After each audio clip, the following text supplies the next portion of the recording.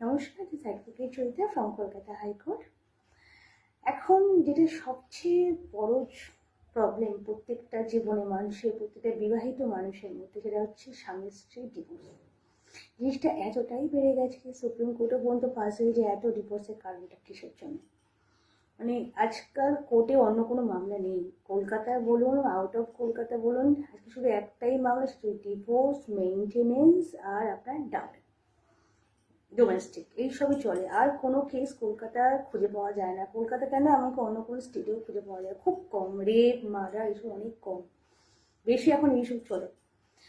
তো এলাহাবাদ হাইকোর্ট একটা judgement pass করেছে, যখন কোনো মেয়ে সে আপনার মানে প্রেম করে বিয়ে করে আসলে বলুন, আবার আপনার দেখাশোনা করে বিয়ে আসলো, যখন কোনো মেয়েকে তুমি ঘরে নিয়ে আসছো, তখন কোনো ছেলে সেই ছেলে বউকে জোর করতে পারে যে আমার বাবা মায়ের সেবা তোমায় করতেই হবে না। সে যেরকম ভালোবাসা অপোজিট সাইড থেকে পাবে, সে সেরকম ভালোবাসা তাকে দেবে।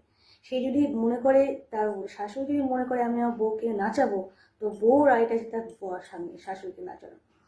তার দুজনকে ঠিক থাকতে হবে। এখানে কেউ কারোর দাসত্ব করতে আসেনি, কেউ এখন আর রামের যুগে নেই, আর কেউ এখন সীতা নয় যে যে মায়ের কথায় উঠবে, মায়ের কথায় বসবে। সেই সব ছেলে যদি মনে করে যে বিয়ের পর আমি আমার মা যা বলবে সেটাই হবে, এখন সেটা চলবে না, এটা ক্যান্সেল হয়ে গেছে। মানে এই জিনিসটাকে পুরো বাতিল করে দিয়েছে এলাহাবাদ হাইকোর্ট।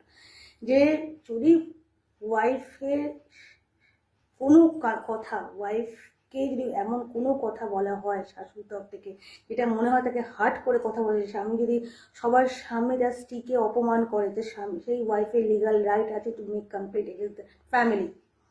কিন্তু সেম জিনিস কিন্তু বউয়ের ক্ষেত্রেও প্রযোজ্য।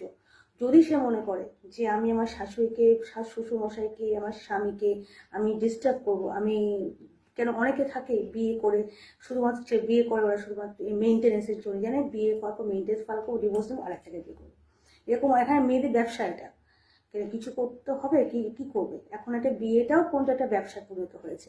কিছু কিছু, সব নয়, কিছু কিছু মানুষদের যেটা ওটা হয়েছে।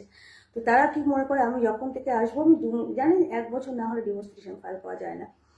তো সেই কারণে ওরা 2-3 মাস চুপচাপ থাকবে, তারপরেই আসল লোক দেখানো শুরু করবে।